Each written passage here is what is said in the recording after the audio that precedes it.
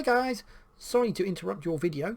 Just a quick plea, subscribe to my channel please. If you haven't done it already, subscribe. Tell your friends, subscribe. Thanks. The sign. So that was just the introduction. This is sort of a guide to the sort of thought processes. Right, speed signs. Oh god, this was a faff. Right, every road inherits the previous road's speed limit unless it states otherwise, i.e. unless a new road sign says otherwise, you must assume that the road you are turning into is the same speed limit as the road you've just left. Okay, so if I was on a 30, I turn left, I assume the next road is a 30 as well. A red circle means a law. Do not go faster than the speed shown. So these are all laws. Alright. And this one means it's 50 3/4 of a mile. Alright. So where a mandatory speed limit is imposed at a roadworks site, advance warnings may be given, especially on motorways and high-speed dual carriageways. However, this sign is less likely to be used in the future. The first speed limit sign will be located at the point where the speed limit commences. Fair enough. I mean, it says that. I still see them all the time. There's a lot of roadworks. Right. Now, no red circle, i.e. here. This is a recommendation. However, if you fail to comply with this and the failure leads to a crash, the police may take action against you because you were told specifically don't do something, you did it, therefore you are accepting a higher level of risk, and if it goes wrong the police will say, well, you're an idiot then.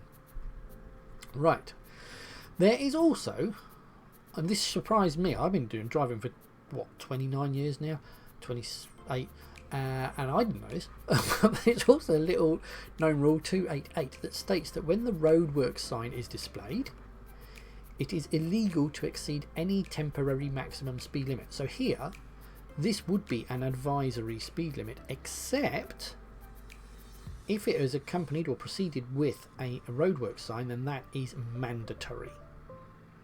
Same with these things, right? This means that when there's a roadworks sign, you must comply with all speed signs, regardless of whether there's a red circle or not. So it basically means red circles you must do, no red circle is just advisory, because you could get this matrix sign here, for instance, down the middle or the centre of a motorway, because it's foggy, for instance, right?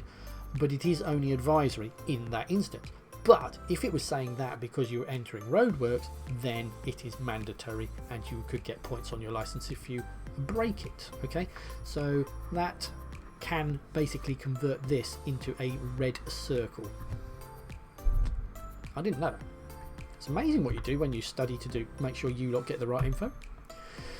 Large signs indicate the start of a speed limit. Smaller signs are repeaters. Okay, so you've got here big sign, new limit. Now this is the new way of doing it. They go and put the reflective yellow around it so you can see it from miles away if you're looking, right?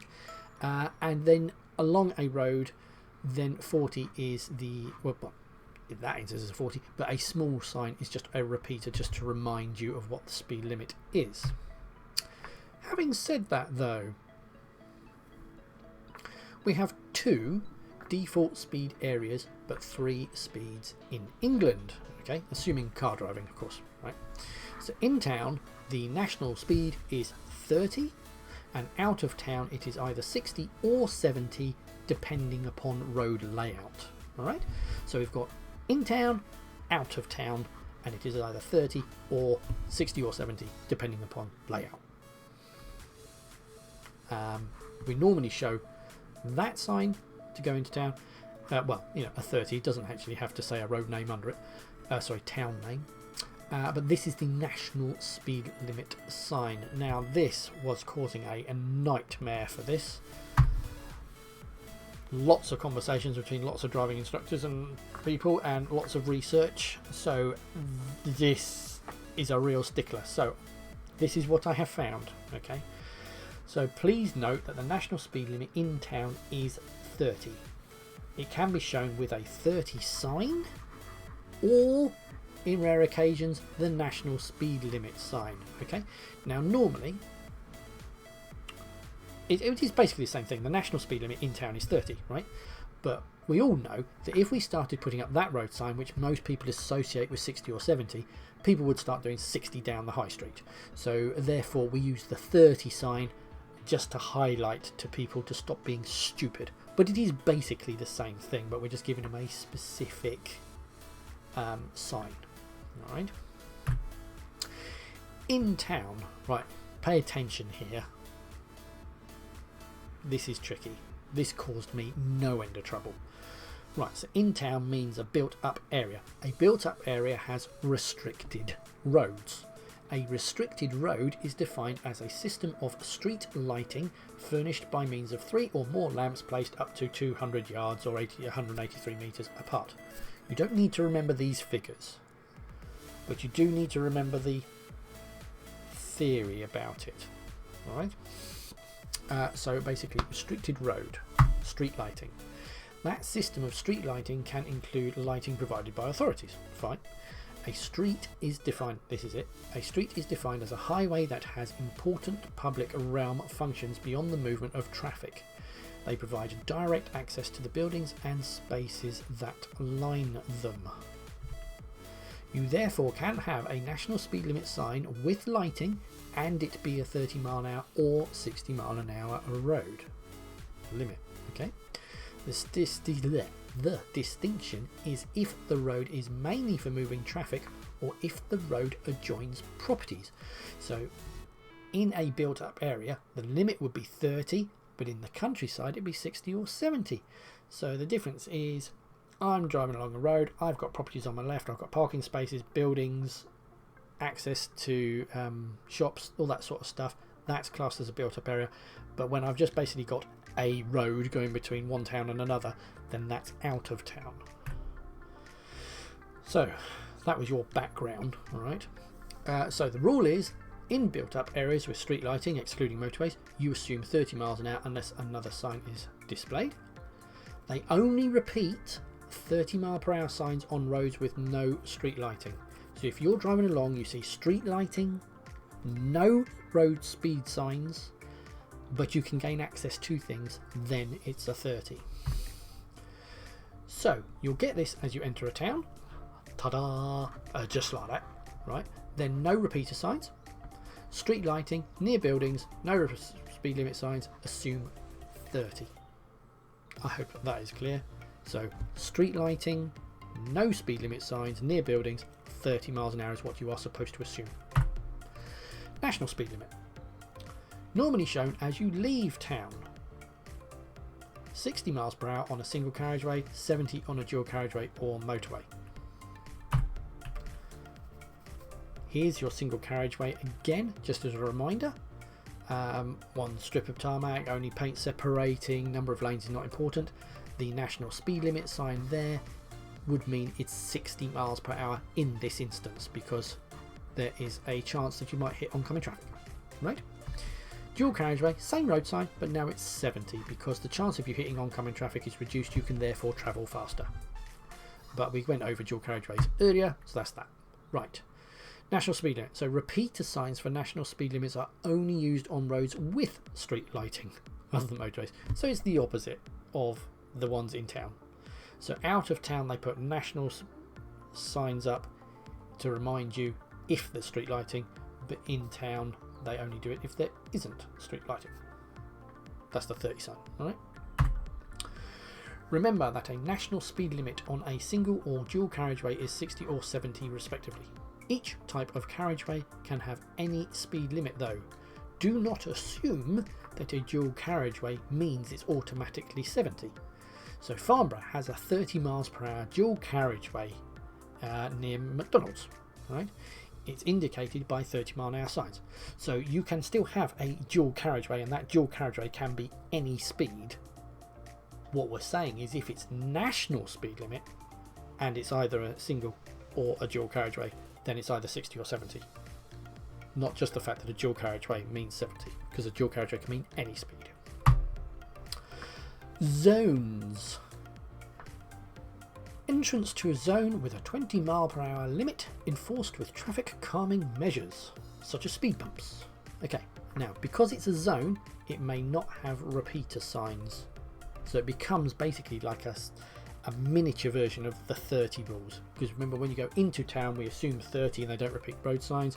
If we enter a zone, it's just a localized area where this is a 20 zone in this instance, and they may not repeat signs either. So you just assume 20 until you see the 30 signs again, and then you just assume 30. You may get reminders on the floor. This is in North Camp in Farnborough. So they go and put these in, but of course remember they get worn away. But keep an eye out for them. Lots of people fail their driving test in North Camp because it's difficult to see the road sign as you turn in. It's a good tip actually when you are going from one road to another is always look into the road before you enter it, because, well, one, there could be people walking across the road, of course, but they normally put all their speed limit signs and road changes, things like this, at the entrance to the road. So if you're concentrating on turning around a corner, you'll have driven past those signs before you've had a chance to look at them, and then before you go, oh, I don't know what the speed limit is. And if it changes, then you're in trouble. So always come down a road, look into the road that you're going to go into first of all to see what the rules are in that road, and then enter that road. Top tip. All right. Right, this is end of a 20 mile per hour zone and start of a 30 miles per hour restriction. Right, top tip. Here we go. Used to get this in Reading actually. So remember, they do not repeat 30 miles per hour signs where there's street lighting. They also may not repeat speed signs when in a zone. Fine. If you're driving unsure of the speed limit, look into the side road and see if you can see this sign. Right? Because of speed inheritance, i.e. one road inheriting the speed of the previous road, there wouldn't be this sign if you were currently driving in a 30 mile per hour area. Therefore, you're in a 20. Does that make sense? Because if I was in a 30 and I looked into New Road, if that was 30, there wouldn't be that 30 sign. But the fact that the sign is there tells me that I can't be currently in a 30. So if I'm driving along thinking, shit, is this still a 20 or is it a 30? And I see a 30 sign over there, I'm thinking, right, it's a 20 then.